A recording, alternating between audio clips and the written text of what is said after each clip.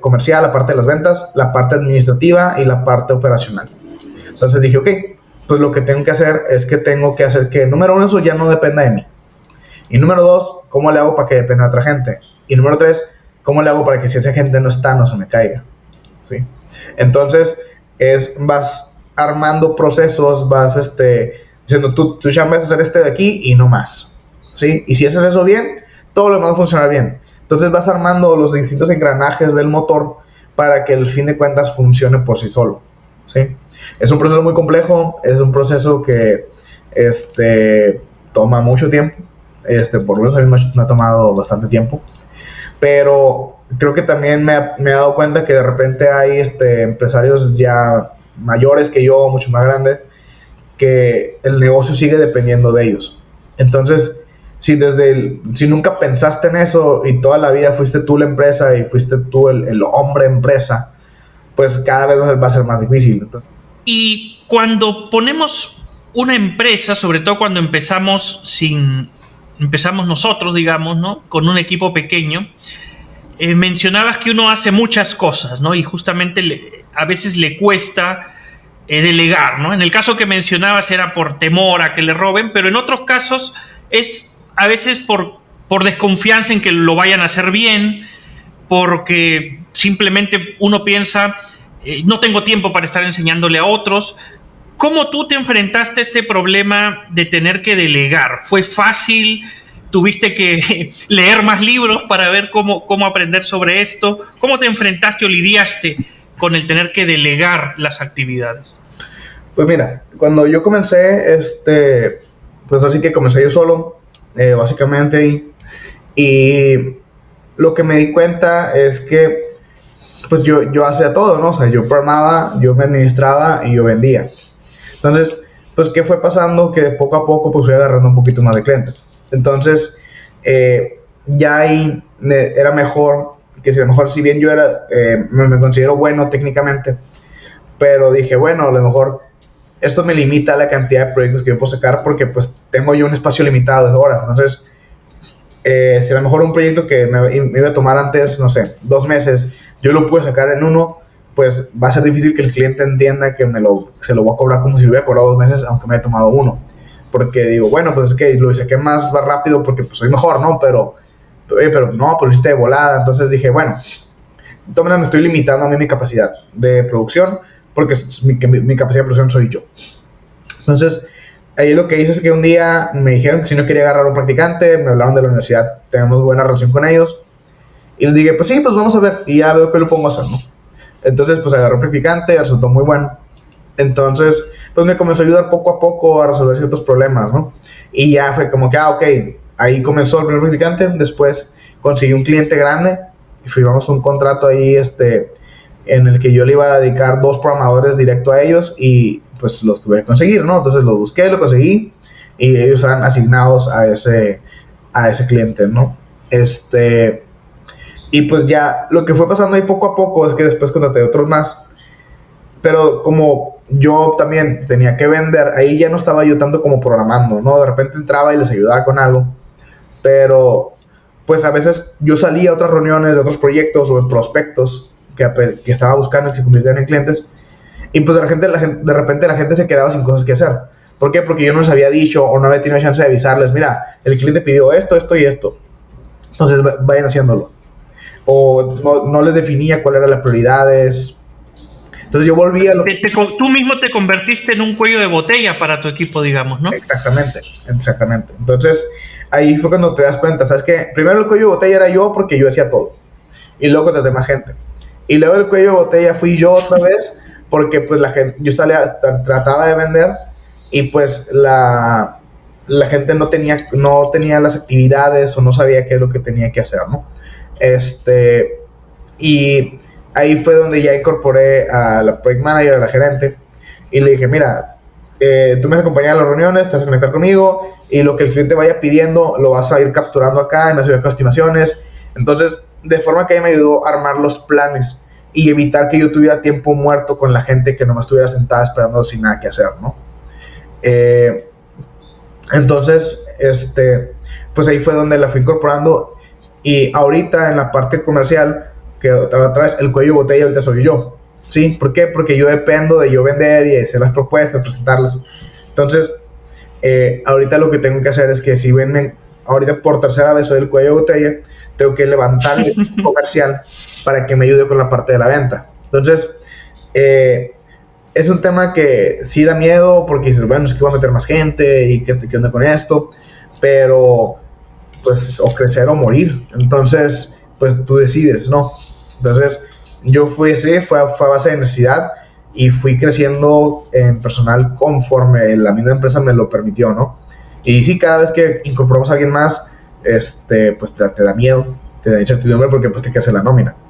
Pero pues la idea es que eso también, ese mismo miedo o esa misma ansiedad te empuje a hacer que conseguir más proyectos y moverte. Entonces, pues es el Reid Hoffman, que es el creador de LinkedIn,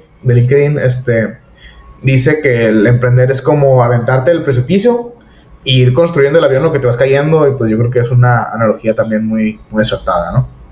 Sí, ¿no? Como me he sentido muy identificado cuando mencionabas esto de que da miedo contratar personal.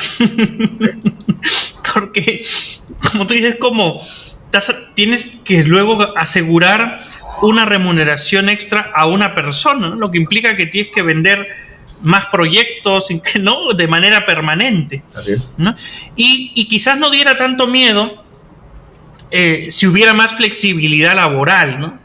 Pero no sé cómo será exactamente en México, estimo que no es muy diferente que Perú, en España, pero nos la ponen difícil al momento de contratar colaboradores, ¿no?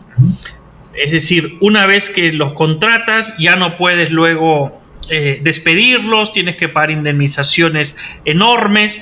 Entonces uno dice, bueno, igual, lo necesito, tengo que crecer, pero uno siempre se lo piensa varias veces, sí, que realmente lo necesite, ¿no? Para poder contratar. Si no, sería, creo, más flexible, más cómodo poder contratar. Si no necesitas, sería más dinámico el mercado laboral si no hubiera tanta regulación, ¿no? Y creo que incluso favorecería mucho más también a los empleados para que consigan trabajo mucho más rápido, ¿no? Sí, es un tema muy complejo, ¿no? O sea, porque, digo, esas regulaciones por algo están ahí, ¿no? O sea, también han de haber habido empresas abusivas.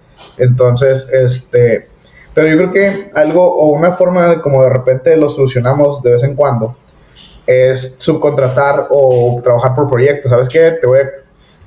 A lo mejor, si yo veo que me hace falta más gente, en lugar de contratarlo como un empleado a tiempo completo, pues te subcontrato por este proyecto para durar X cantidad de tiempo, ¿no? Entonces, de esa forma tú lo puedes hacer también. Y si ya después te vas dando cuenta que yo hacía al principio, así le hice, o sea, subcontrataba varios trabajos, pero después me fui dando cuenta que, pues, como trabajaba con básicamente freelancers, pues no les podía exigir tanto el tema del tiempo o el tema de que, oye, necesito que estés aquí a esta hora, esta reunión, es que estoy en mi trabajo normal, me dicen. Entonces dije, no, pues si quiero un poquito más de control sobre eso, pues ya tengo yo que contratar a alguien de base que me ayude con eso.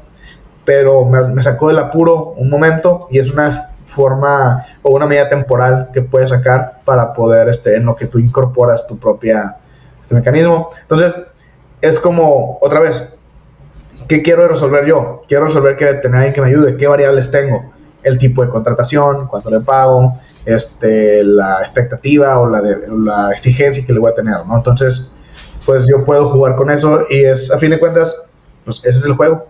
O sea, cómo hace uno, cómo mueve uno las variables o su entorno para lograr el propósito, que el propósito pues esté en tu empresa y que te vaya bien y todo esto. Y relaciono esto que dices con lo que mencionabas sobre el no tener miedo de que te roben, ¿no? Ajá. Porque, claro, al inicio la propuesta de valor de tu compañía eres tú, tu talento, tu conocimiento, pero luego estás sistematizando esa propuesta de valor al ir identificando justamente qué aspectos justamente puedes delegar, dividir, ¿no? Entonces al final esa propuesta de valor que ofreces es todo un sistema grande, ¿no? Entonces probablemente quienes tienen ese miedo sistema, no digo sistema informático, sino todos los recursos y la organización, ¿no? Y el know-how que es necesario para ofrecer esa propuesta de valor. Entonces, probablemente quienes tienen ese miedo de que, ay, me van a robar mi negocio, mi idea, mis clientes, es que justamente no están creando esos sistemas, ¿no? Ya no digo sistemas de software, sino sistemas de organización, de cómo está sistematizando la generación de tu propuesta de valor, ¿no? La entrega de tu propuesta de valor, ¿no? Quizás no estás delegando bien, probablemente ese sea parte del problema, ¿no? O dividiendo justamente los aspectos claves en distintas especializaciones. ¿Cómo lo ves? Pues sí, no, pues bien fácil. No digo, no, o sea, realmente es sumamente complejo, es muy difícil, pues, o sea, pero yo creo que también es el tema de quitarte el miedo, es el tema de aventarte, digo, tampoco aventarte por aventarte, ¿no? Pero creo que sí, al fin de cuentas, si lo piensas, pues cómo lo hicieron las empresas grandes, ¿sí? O sea, cómo lo hizo Coca-Cola, o sea, había una persona que se sabía la receta y probablemente le dio miedo compartirla a la gente para que hiciera, pero pues si no hubiera sido un changarrito que tenían ahí en la esquina, ¿sí? Entonces, ¿cómo lo hicieron ahorita? Hay mecanismos, pues hay formas, hay gente que lo ha estudiado, y si tú de plano no lo encuentras, puedes leer casos de esos de ahí. O sea, ¿cómo le hicieron, por ejemplo, las empresas consultoras grandes? Deloitte, Ernst & Young y todo eso, pues probablemente era uno o dos al principio que trabajan ahí. Entonces, creo que nuestro trabajo como emprendedor en un camino a volverte empresario o a volverte ya nomás dueño de la empresa, que ya no la operes, pues es el ir creando esos mecanismos, ¿sí? Entonces, si nosotros, por ejemplo, hablando de nosotros como técnicos o desde el punto de vista tecnológico, le ayudamos a clientes a sistematizar sus procesos con herramientas, pues es lo mismo para nosotros, ¿sí? O sea, ¿cómo le hago yo? Si yo me di cuenta que mi empresa tiene 3 áreas, la parte comercial, la parte de las ventas, la parte administrativa y la parte operacional. Entonces dije, ok, pues lo que tengo que hacer es que tengo que hacer que, número 1, eso ya no dependa de mí. Y número 2, ¿cómo le hago para que dependa de otra gente? Y número 3, ¿cómo le hago para que si esa gente no está, no se me caiga? ¿Sí? Entonces, vas armando procesos, vas diciendo, tú ya vas a hacer de aquí y no más. ¿Sí? Y si haces eso bien, todo lo demás va a funcionar bien. Entonces vas armando los distintos engranajes del motor para que al fin de cuentas funcione por sí solo, ¿sí? Es un proceso muy complejo, es un proceso que toma mucho tiempo, por lo menos a mí me ha tomado bastante tiempo, pero creo que también me he dado cuenta que de repente hay empresarios ya mayores que yo, mucho más grandes, que el negocio sigue dependiendo de ellos.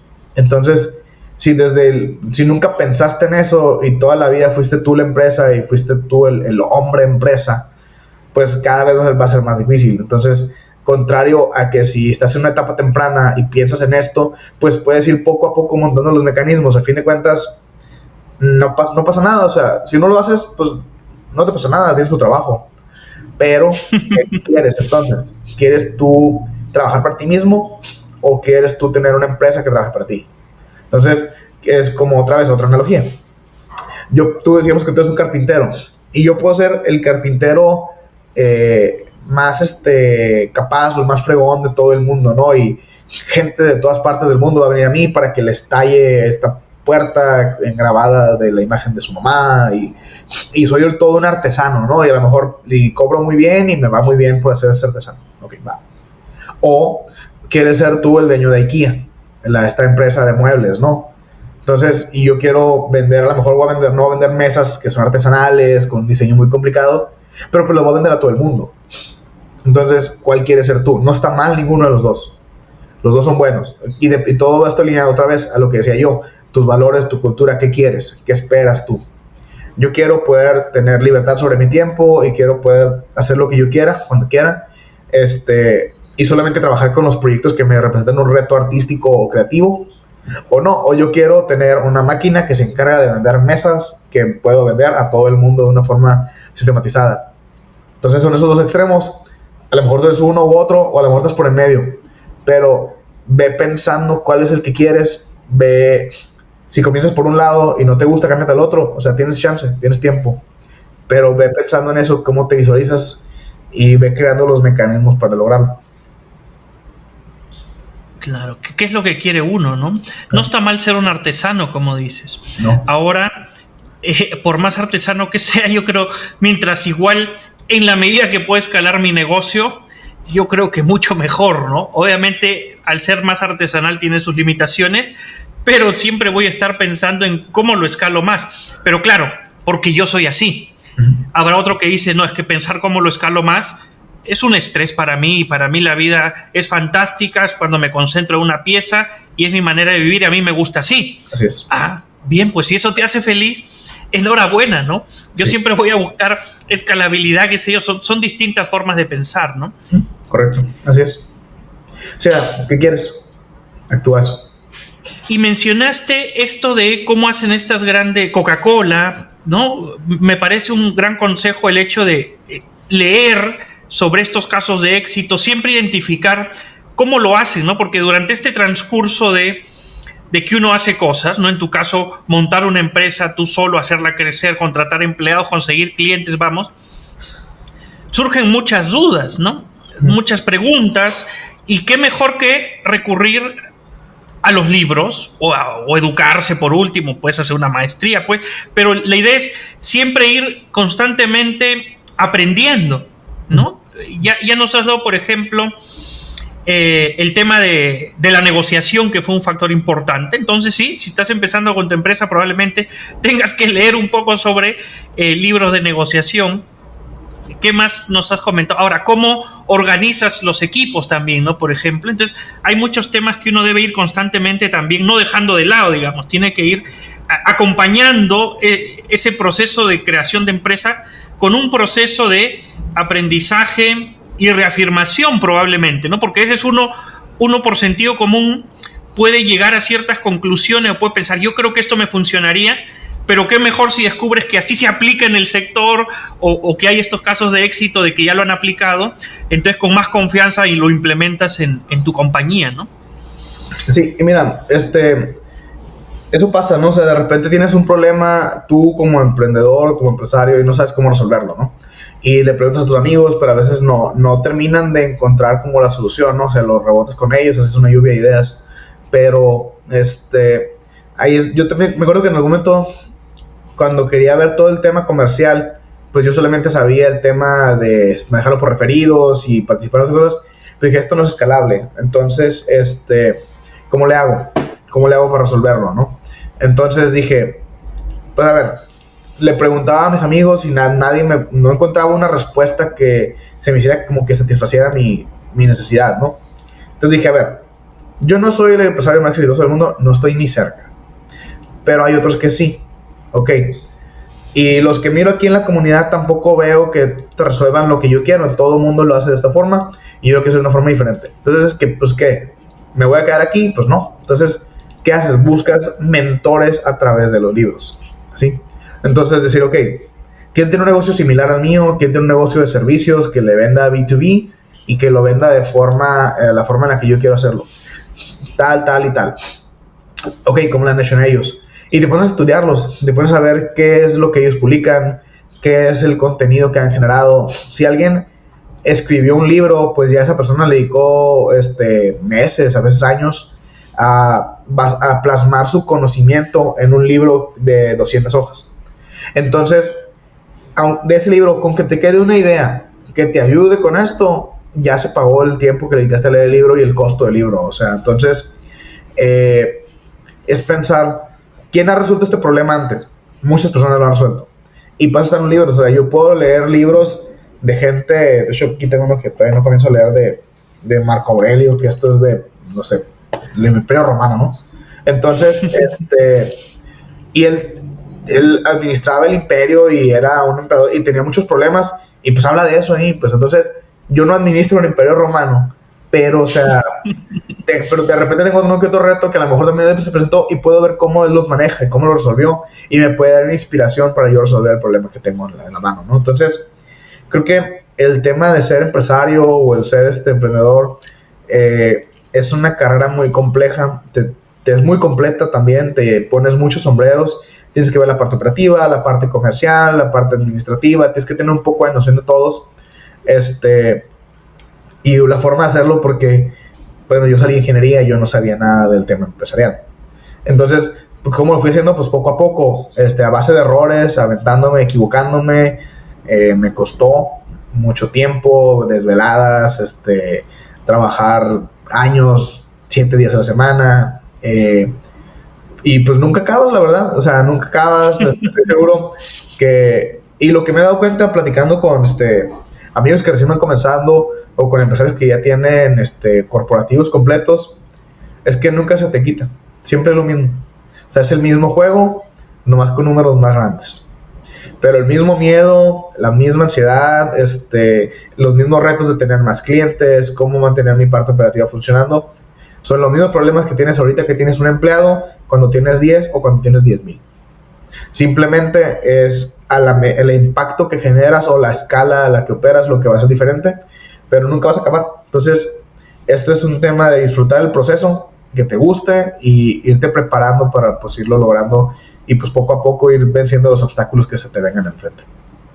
Claro, pero dado que son problemas muy similares, mejor tener problemas con empresas de 5,000 empleados, obviamente empresas rentables, claro, que con empresas de 5, ¿no? Depende, o sea, la idea es, depende de qué ahí está. Así es. Por ejemplo, a mí no me gustaría tener una empresa de 5,000 empleados. Yo preferiría mantenerme, ahorita somos 12 aquí en la empresa, y yo creo que más o menos quizás si pudiera ser mi empresa, o sea, yo por ejemplo, yo miro cuando iniciamos, inicié yo solo, y luego fuimos como 4 o 5, y ahí nos quedamos un rato, y luego fuimos como 10, y estuvimos como en ese rango, pero la facturación de la empresa, con esos de 5 a 10 empleados, pues se multiplicó N veces, sin multiplicar yo la cantidad de personas. Ah, correcto, sí. Mientras más escalable, mejor. Así es. Pero, es decir, tus ingresos incrementan exponencialmente, pero no así el número de colaboradores, ¿no? Es decir, es una empresa muy escalable. Así es. Entonces, imagínate esos ingresos que crecen a ese exponente, pero teniendo 5,000 empleados. Sí. Ya estamos hablando de billones en ingresos, ¿no? Entonces, sí, claro, ahí sí sería interesante. Pero claro, si pierdes escalabilidad y ya un empleado más no suma X veces, quizás ya has llegado a un punto donde ya está muy maduro, digamos, la empresa, el mercado, el sector, y ya no conviene crecer más tampoco, ¿no? Así es. Sí, yo lo que haría es que preferiría, o sea, mi modelo de negocio sí es escalable, pero no es el más escalable. Entonces, yo lo que preferiría es llevar esta empresa a un cierto nivel en el que yo diga, ¿sabes qué? Creo que aquí está bien, y migrar, y con esos mismos recursos migrar a un modelo de negocios que sea aún más escalable. Entonces, es la forma en la que yo creo que conforme ya esta empresa está un poquito más consolidada, me voy a diversificar, ¿sí? Porque eso, ¿no? Entonces, pero ese es un problema que hoy no tengo que resolver. O sea, ese es un problema para Isaac del futuro. Simplemente saber como que, okay, para allá quiero ir manejando el carro, pues para allá, cuando llegue ahí, pues ya le daré la vuelta que corresponda, ¿no? Claro. Lo que pasa es que todavía hay otros problemas que resolver, como dices, ¿no? Ahorita estás delegando tu área comercial y van a seguir surgiendo cosas que vas a tener que delegar, pero va a llegar un punto en donde todo funcione sin Isaac, ¿no? Y ahí dirás, oye, ahora ¿a dónde miro, no? Ahora quiero hacer esto otro, ¿no? Y ahí empiezas pues a diversificar, ¿no? Así es.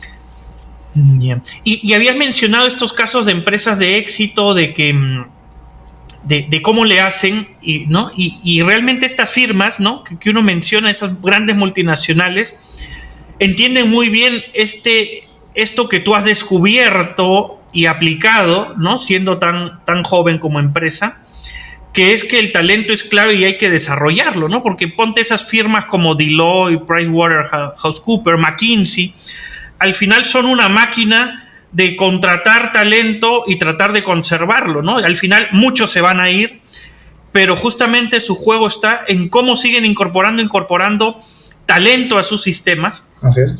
Y los tratan de mantener y los hacen crecer y los conservan si son buenos, ¿no? Así es. pierden mucho, desde luego, pero esos que pierden, pues, salen, hacen empresas y son exitosos también por su lado, ¿no? Entonces, de alguna manera, estamos aplicando eso, ¿no? Contratas practicantes, los entrenas, haces que crezcan, algunos irán, pero estás tratando de alimentar esa rueda de generación de talento, ¿no? Adiós.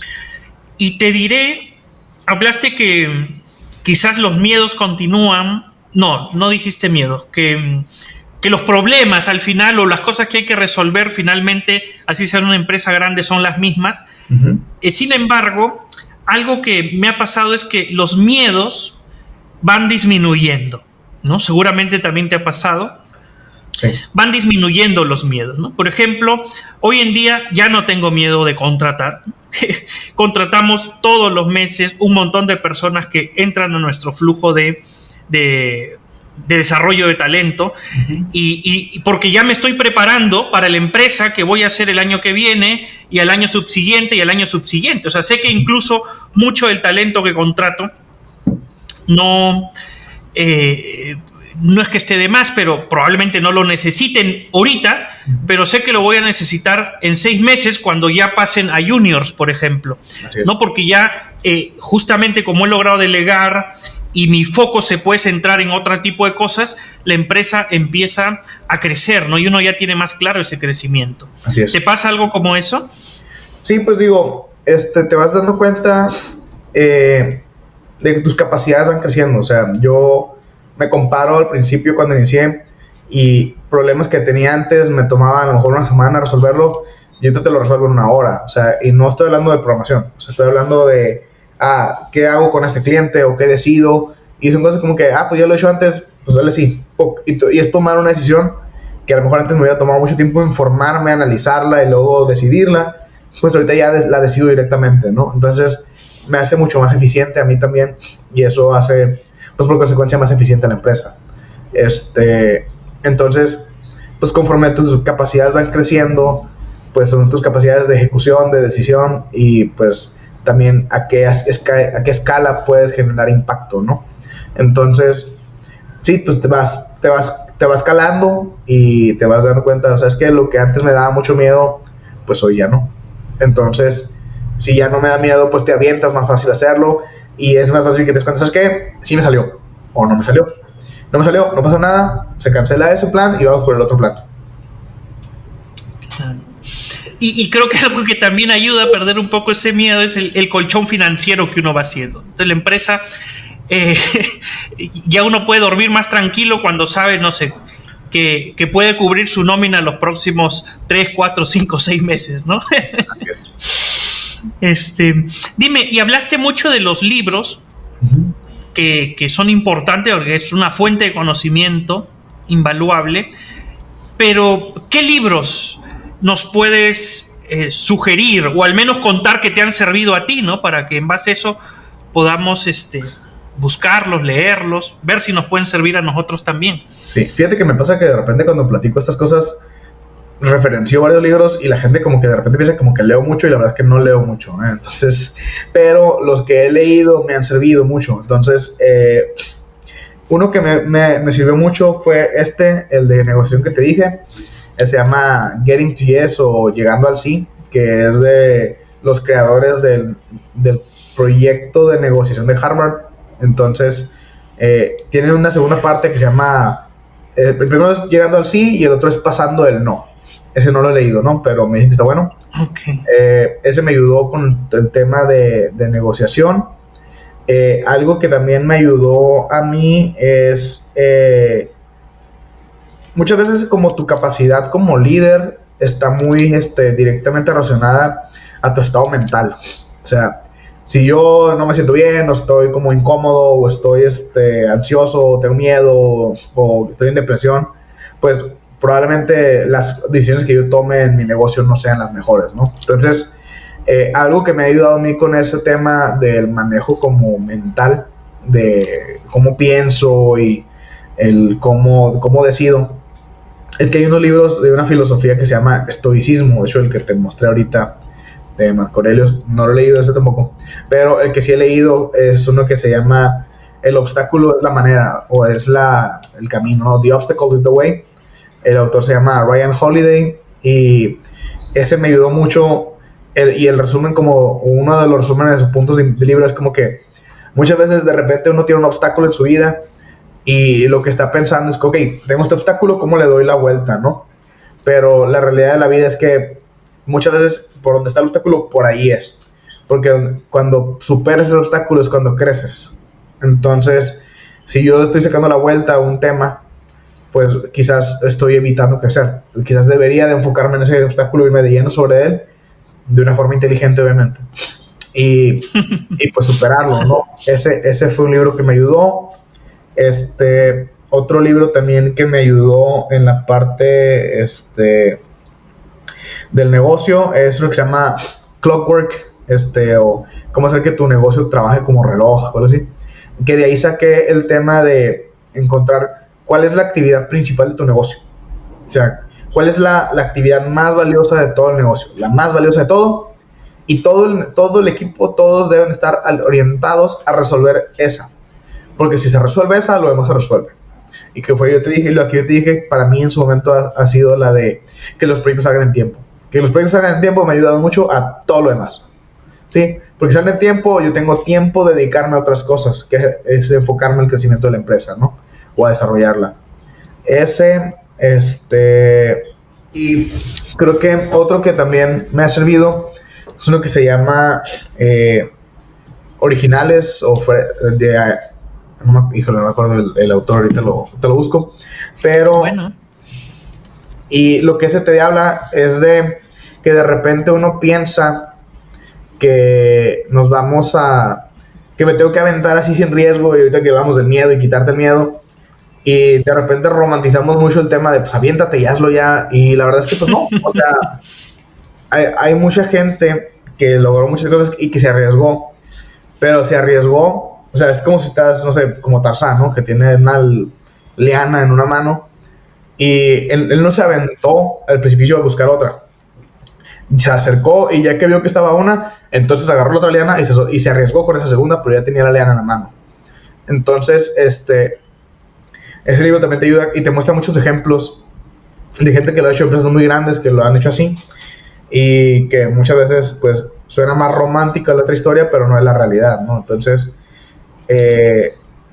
a mí me ayuda mucho eso, enfocarme también en temas como de crecimiento personal, no tanto el tema de enfocarme en conocimiento técnico, o sea, sí, obviamente, pero ya después cuando no estás operando tanto, tienes que ser un líder, y el tener una estabilidad emocional o el tener una forma de pensar más clara te ayuda mucho más que el volverte mejor programando, por ejemplo, ¿no? Claro.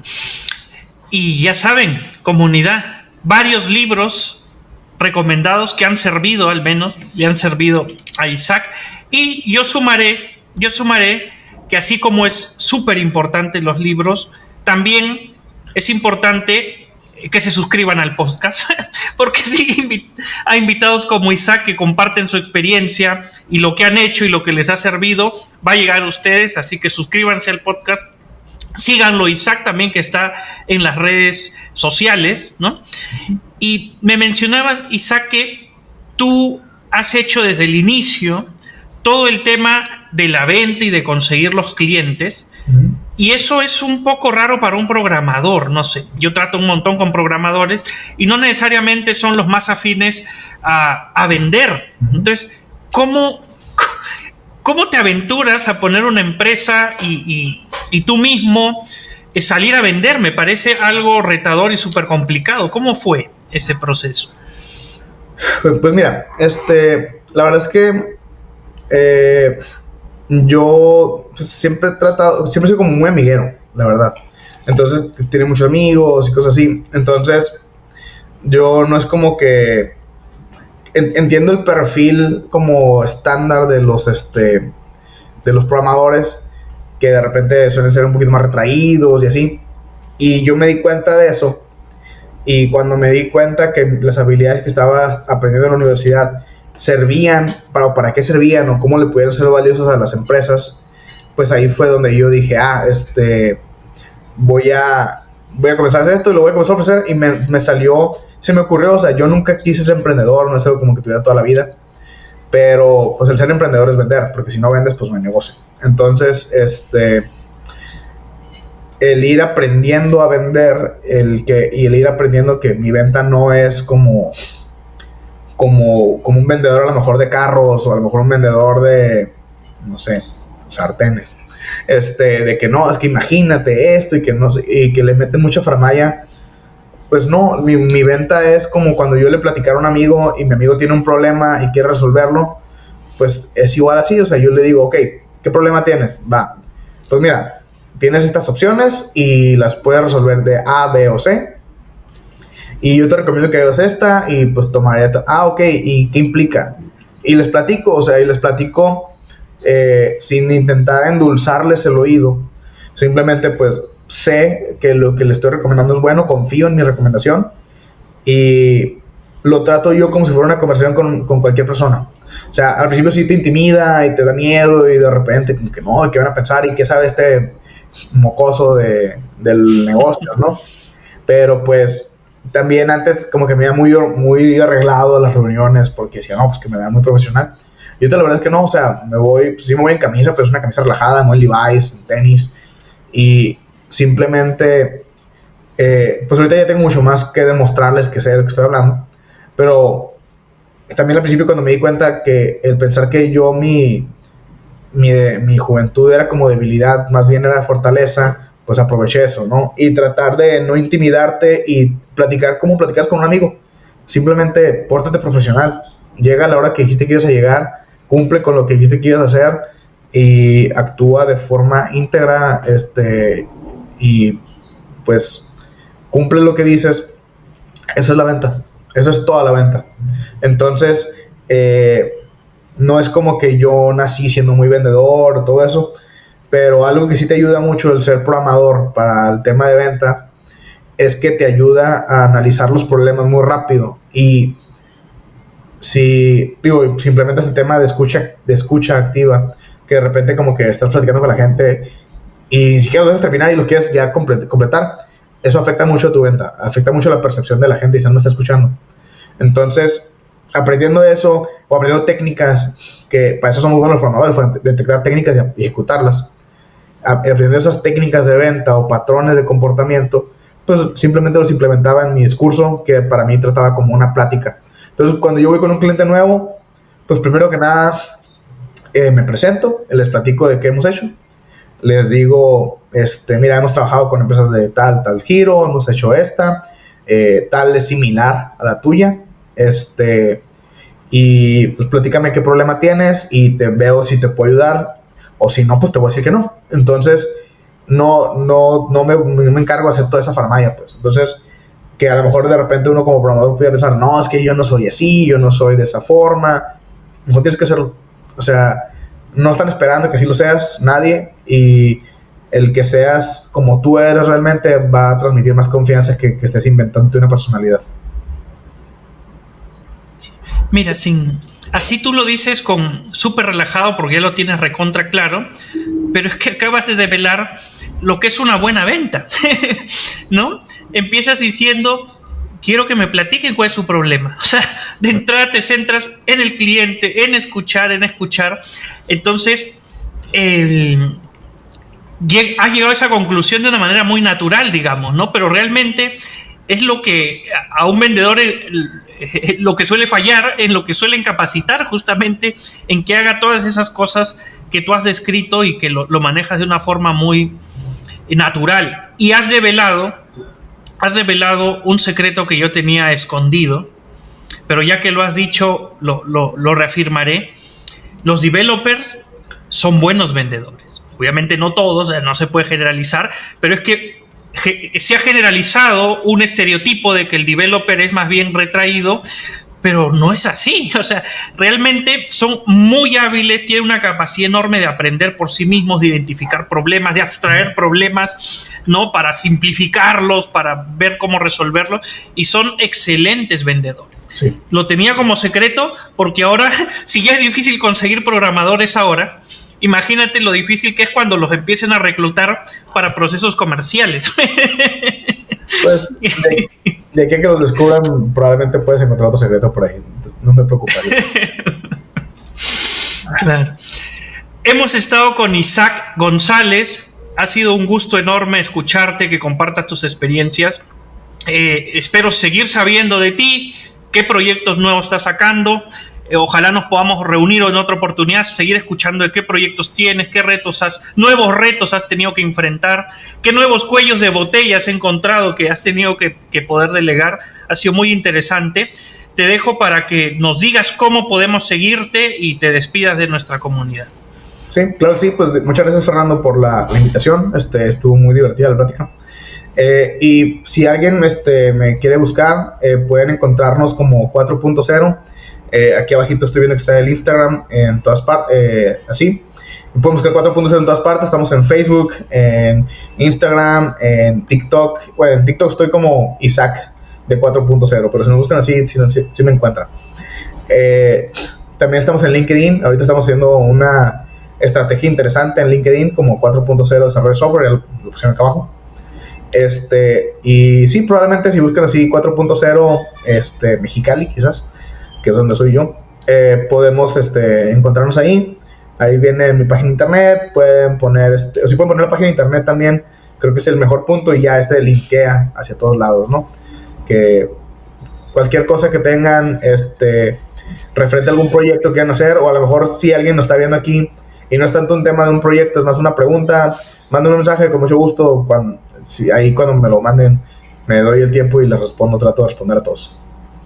Querida comunidad, hasta la próxima semana. Como saben, estamos todos los miércoles y los sábados, infaltable, al menos durante esta temporada, con ustedes en vivo en este podcast. Un abrazo. Gracias.